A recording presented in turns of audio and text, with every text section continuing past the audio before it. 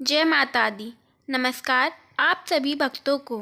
आज इस वीडियो में दुर्गा सप्तशती का चौथा अध्याय सुनाने जा रही हैं, जिसमें महिषासुर वध के बाद देवताओं ने माँ दुर्गा की स्तुति की। आइए सुनते हैं देवताओं द्वारा माता दुर्गा की स्तुति। सुनिए। इंद्रादि देवताओं द्वारा देवी की स्तुति। महर्षि मेधा बोले, देवी ने जब पराक्रमी दुरात्मा महिषासुर को मार गिराया और असुरों की सेना को मार दिया, तब इंद्रादि समस्त देवता अपने सिर तथा शरीर को झुकाकर भगवती की स्तुति करने लगे। जिस देवी ने अपनी शक्ति से यह जगत व्याप्त किया है और जो संपूर्ण देवताओं तथा महर्षियों की पूजनीय है, उस अंबिका को हम भक्ति पूर्वक नमस्कार करते हैं।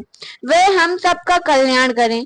जिस अतुल प्रभाव और बल का वर्णन भगवान विष्णु, शंकर और ब्रह्मा जी भी नहीं कर सके, वही चंडिका देवी इस संपूर्ण जगत का पालन करें और अशुभ भय का नाश करें।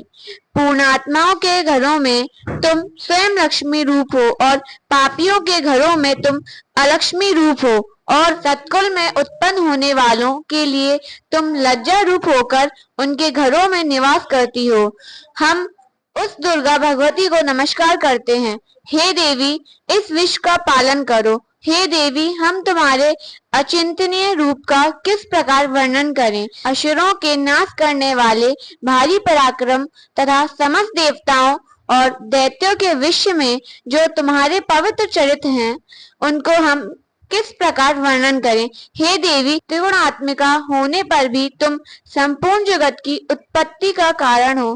हे देवी, भगवान विष्णु, शंकर आदि किसी भी देवता ने तुम्हारा पार नहीं पाया।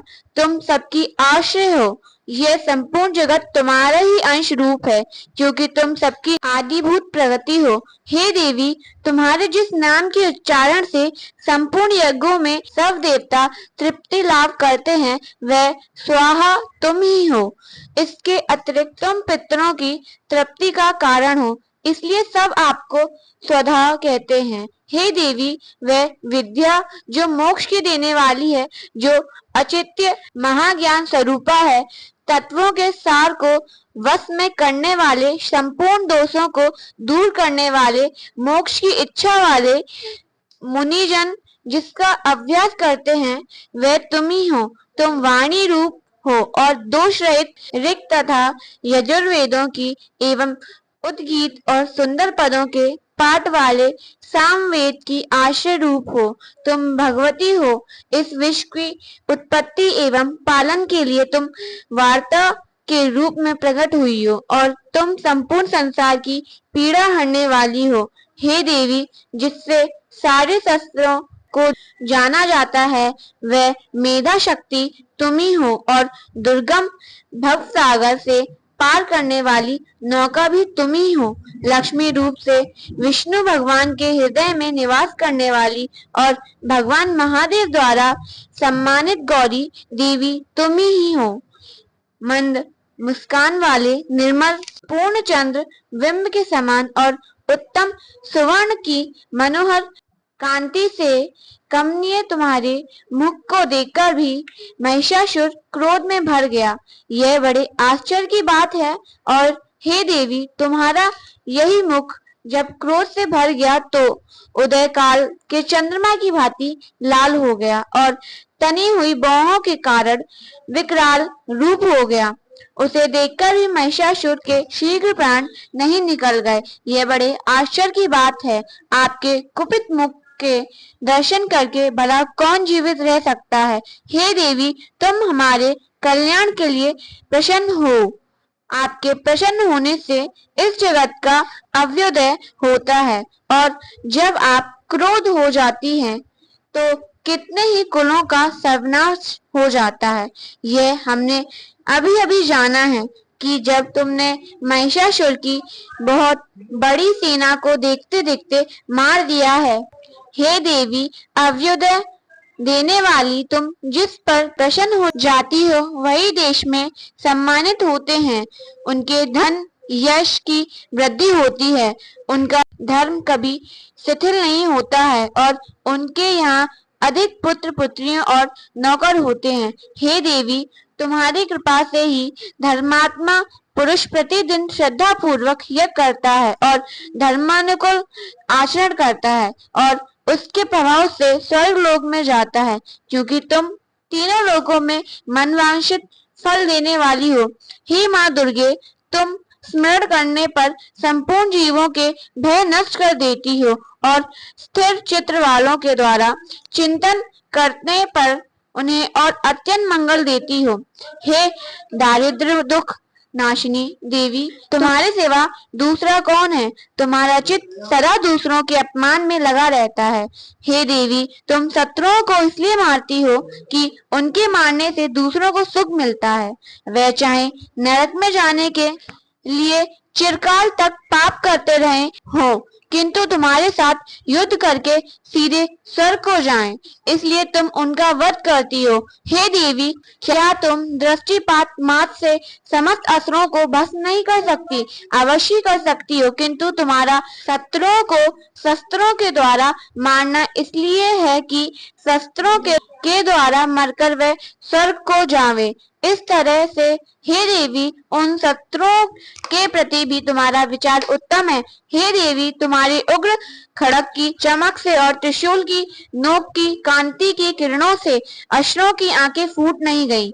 उसका कारण यह था कि वे किरणों से शोभायमान तुम्हारे चंद्रमा के समान आनंद प्रदान करने वाले सुंदर मुख को देख रहे थे।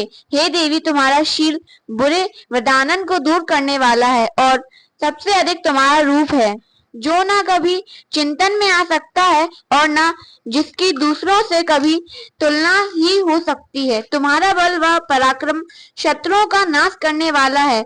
इस तरह तुमने शत्रुओं पर भी दया प्रकट की है।